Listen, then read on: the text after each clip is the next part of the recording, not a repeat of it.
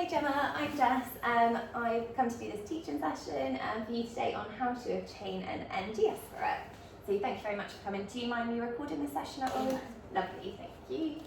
So just a little bit of housekeeping before we start things. We're not expecting any fire drills today. If we do have one, then we just go straight out the door, down the stairs and into the car park. If you need the toilet at all, again, just over the corridor.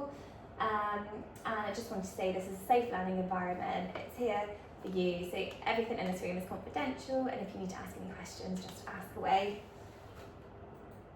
So do you have any kind of experience with obtaining any aspirates? Okay, lovely. So I'll just talk through some of the aims and objectives of today. So by the end of this session, you'll be able to have a brief understanding of how to obtain an aspirate prior to NG feeding, and how to test the pH of the aspirate and explain some safety measures to me. And the objectives are to be able to identify the equipment needed in order to obtain an aspirate and pH reading, to be able to demonstrate how to obtain a pH aspirate from an NG tube and correctly identify a safe pH reading, and to be able to identify the simple anatomy of where an NG tube should be situated, at least one risk of it not being in the correct position, and at least one method of checking the position. Okay, any questions? No. Lovely. So this is just a little bit of simple anatomy of where the nasogastric tube goes. So we pop it down through the nose, and we want it to go nicely down to the stomach, and then we obtain the pH aspirate from any tummy acid to make sure it's in the right place. The trachea and the esophagus are really close, just this little flappy bit separating it. So we just want to make sure that we don't pass it into the lung by accident, because the risks of that are aspiration, chest infections, just really not very nice. We don't want milk on the lungs, so we want to make sure it's nicely in the tummy. I do have a diagram here for your reference. Thank you. If you need it printed on different coloured paper, or if you want like a pocket-sized version to reference when you're doing it, then just let me know and we can arrange that after. So some simple ways that we ensure correct position are we can have x-rays, so that's kind of the gold standard of knowing exactly where it is, but obviously we don't want to be radiating children all the time, so that's kind of one of our last resorts. But as you can see there, it goes nicely down and into the tummy. Other ways are checking a pH aspirate, so there's a nice acronym for it, which is SAME, and it's 4 checks that we do prior to feeding. So secure, make sure the tape is nice and secure on the baby's face, that it's not kind of bunched up and the tube's dislodged or anything. Aspirates, we want to take 1 to 2 mils out of the stomach content and test that on a pH strip. Super important that we check it against the brand that we've got each time, because just there's some different colours for it. And we want to make sure that's nice and acidic, so the pH reading will be between 2 and 5.5, and that's our safe to feed range. With the mouth, we want to have a look inside the mouth just to make sure that tube's not curled around in the mouth if they've coughed or vomited. We want to make sure it's just nicely down the back and not gathered there. And then external, so we measure the external length to ensure there's been no displacement. In this trust, we look at the number on the nostrils, that will be documented in their notes, and just make sure that's not changed at all. Some other trusts will get a ruler and kind of measure this bit of the tube, but yeah, we tend to go for here, but that's just kind of if you move trusts or anything. Have you got any questions about that bit? No? Lovely. So what we're going to do now is going to go through a little practical demonstration so you can get a feel for what it's like. So what I'll do is I'll go through it first, ask away any questions that you need to, and then I'll get you to go through it and talk it through with me. So initially we get some gloves because we're dealing with bodily fluids. We don't want that going on our hands or anything. So we pop some gloves on, and then obviously we've got the patient with the NG tube in, and then we want to get 20 ml syringe. I usually open it and then keep this plasticky bit to use to catch like the aspirate in. So we get the 20 ml syringe. I want to open this one. Sometimes it's a bit stiff if someone's tightened it quite tight before, so we just get some forceps to help. And then we make sure it's threaded on nicely. And we've done our checks prior to it, like looking to see whether that the tape's nice and secure, have a look in their mouth, it's not coiled round, and we've checked that number. And then we obtain couple of mils for the pH aspirate, take that off, and we want to make sure that that's nice and sealed because we don't want that being a mess everywhere. And then we've got our aspirate. Okay. So if you want to kind of talk me through it, if on this tray you can identify which equipment that you would need for it. The gloves and the syringe. Yeah, lovely.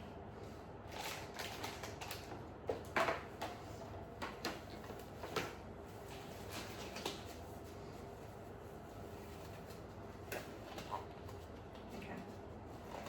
So I would check that it's secure on his face. Yeah. I'd check the number and check the mouth. Yeah, lovely.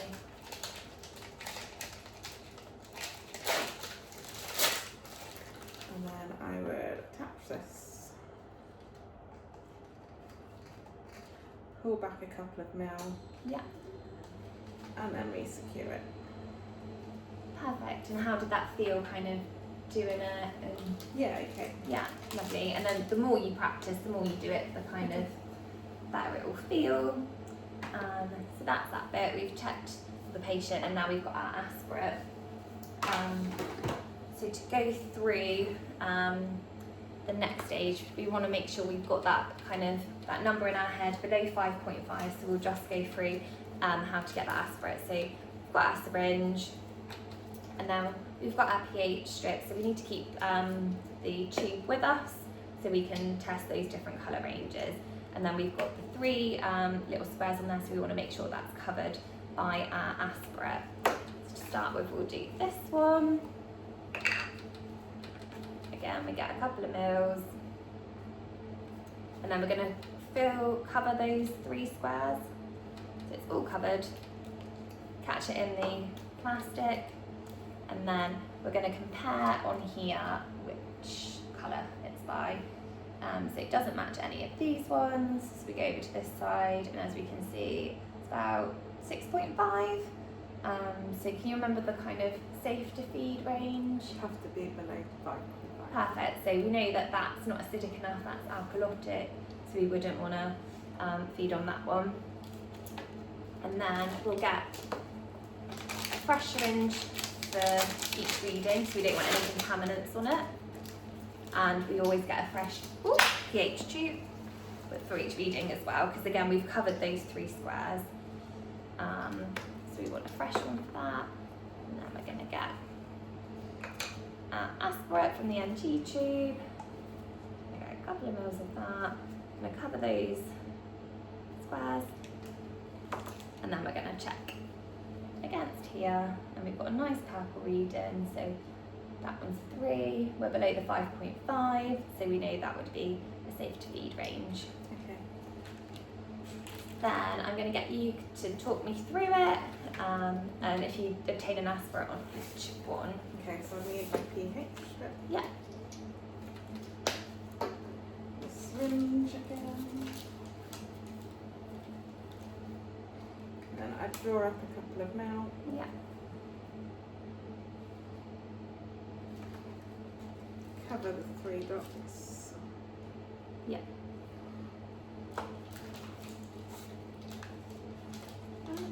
It's tricky kind of getting the feel of it, but yeah, the more you practice.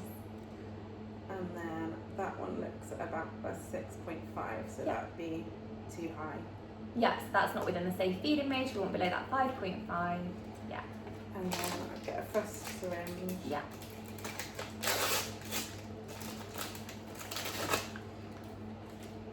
The test strip again. So with that one, because we've already covered those squares. Oh, I would need a fresh. Yeah, perfect. Yeah, so we just want to make sure it's a really accurate reading each time. And then I draw it up again. Cover the dots.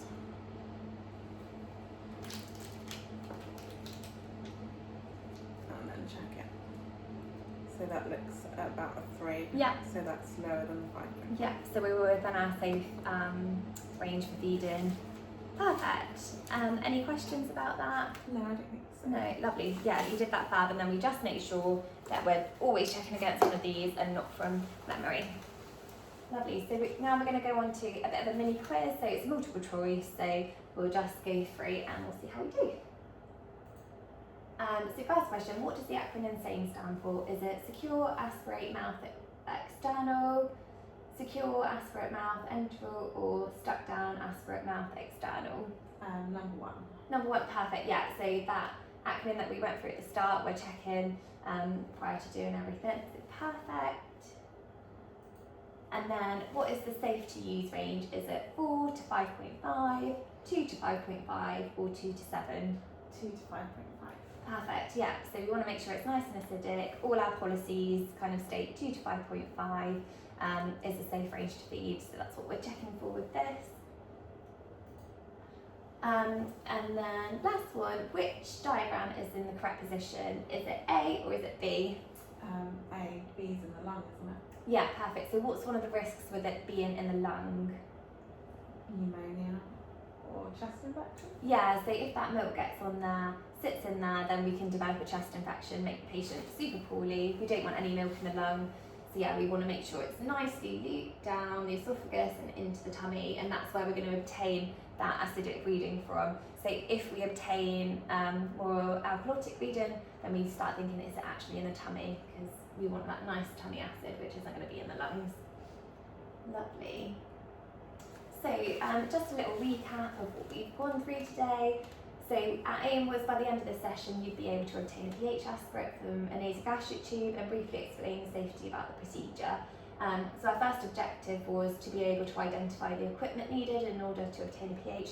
So yeah, really lovely, identified what you needed, realised that with the pH strips we need a different one each time.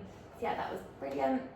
Our second objective was to be able to demonstrate how to obtain a pH aspirate from an NG tube and correctly identify a safe pH reading. Yeah, so you did that lovely. We've gone through the kind of acidic one and the more alkalotic one and the safe range to feed. And then to be able to identify the simple anatomy of where the NG tube should be situated. So on the x-ray you realise straight away that one was in the lung, not in the tummy. And you said one of the risks of it not being in the correct position was developing pneumonia, so we call it aspiration pneumonia, which isn't good. And then at least one method of checking the positioning. Can you remember any of those methods? Making sure it's secure and the number. Yeah, so that's part of our SAME acronym to get the aspirate, brilliant. And obviously the x-ray you realised as well. So lovely. Any questions about anything that we've done today? What would happen if you can't get an aspirate? Okay, so if we can't get an aspirate, there's some troubleshooting we can get, like giving the baby a little jig just to try and move that tube in the tummy in case it's stuck to the side. Or sometimes giving them a little bit of milk if they can have something orally, and then we can just make sure that we're obtaining that aspirate and it's definitely in the right place, because sometimes it's just the tummy's a bit too empty.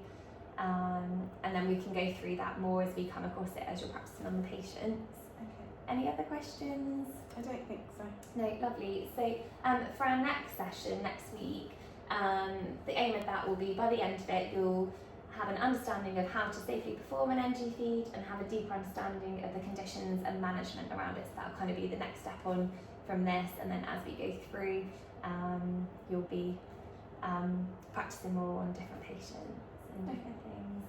And again, to sum up, any more questions about anything? No, I don't think so. No, lovely. If you think of anything in the meantime, just give me a shout. Alright, thank you very much for coming today. Thank you. Lovely.